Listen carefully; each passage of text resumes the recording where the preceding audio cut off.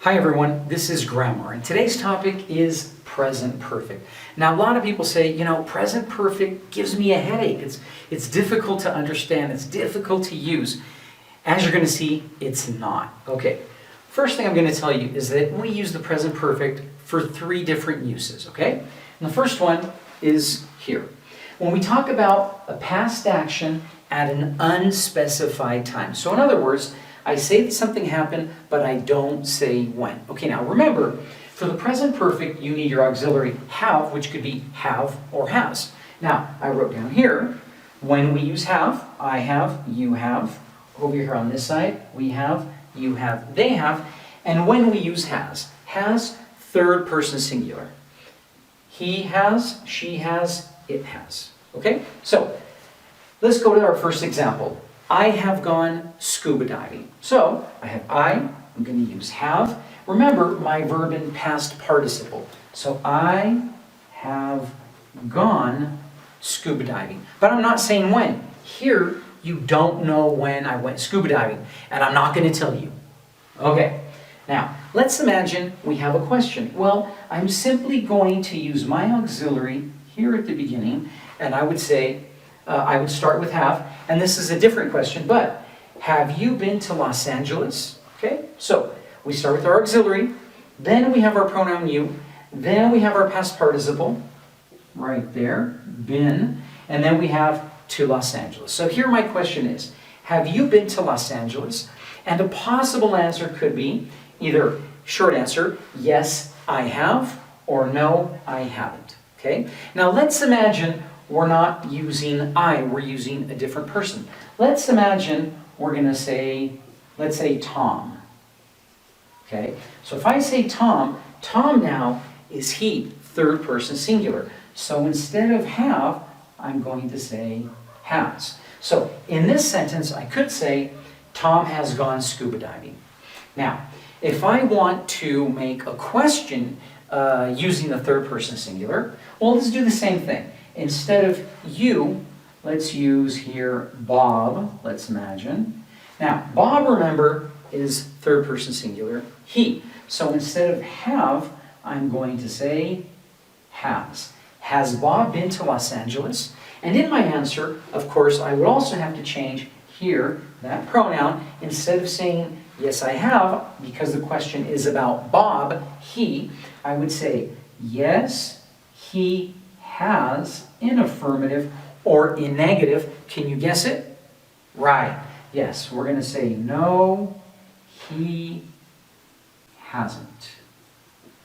Okay? Now this is the first use. On to the second use. Okay, use number 2. This is when we talk about a repeated action in the past. Okay, my example. We have seen that movie 3 times. Okay, we're using we, so we're going to use have.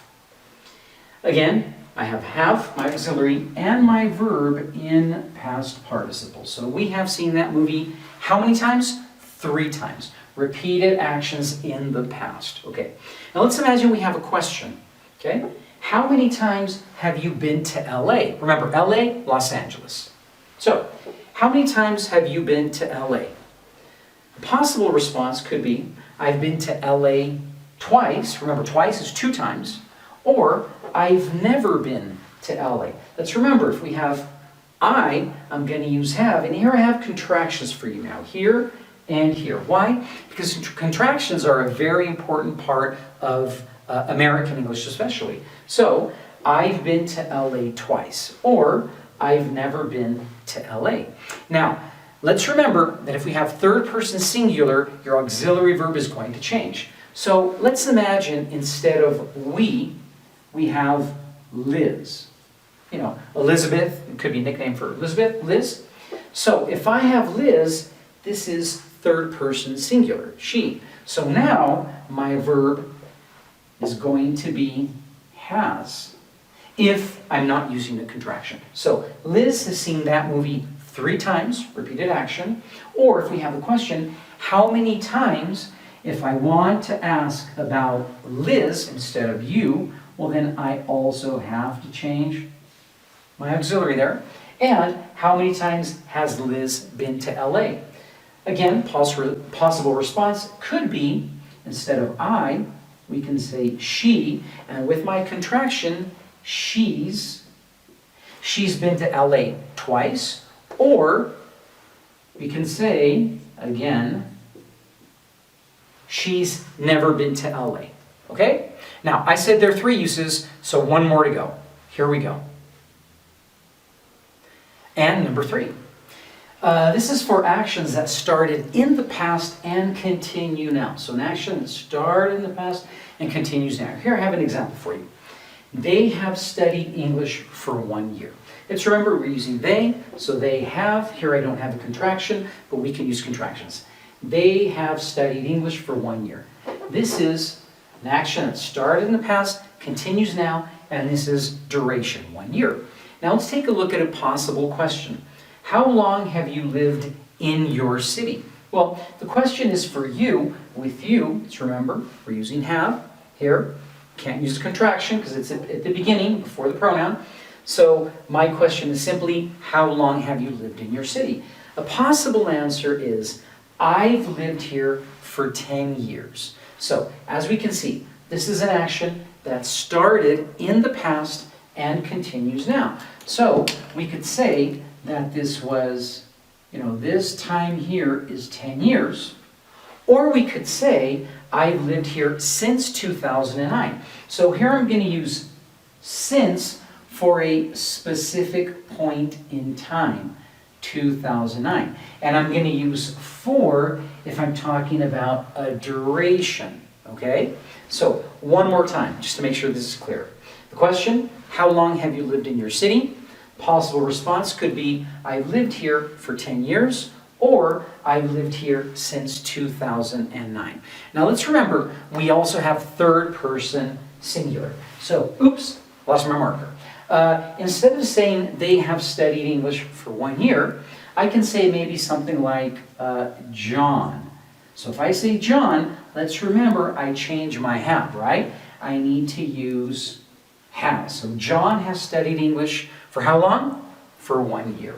Or if I have a question, how long, instead of saying how long have you lived in your city, maybe I could say how long, and let's talk about, let's talk about Jill. Okay, so Jill, third person singular, she, we have to use has. So now my question is, how long has Jill lived in? And of course, I would have to say her city. The answer? Here, we're going to say she's lived here or there for 10 years. Or we can also say, once again, get rid of the I and use she's. She's lived here since 2009. So, as you can see, we have 3 uses for the present perfect. When we talk about an action that happened in the past, we don't say when. When we talk about a repeated action in the past, and also when we talk about an action that started in the past and continues now. So, as you can see, present perfect is easy peasy, super breezy.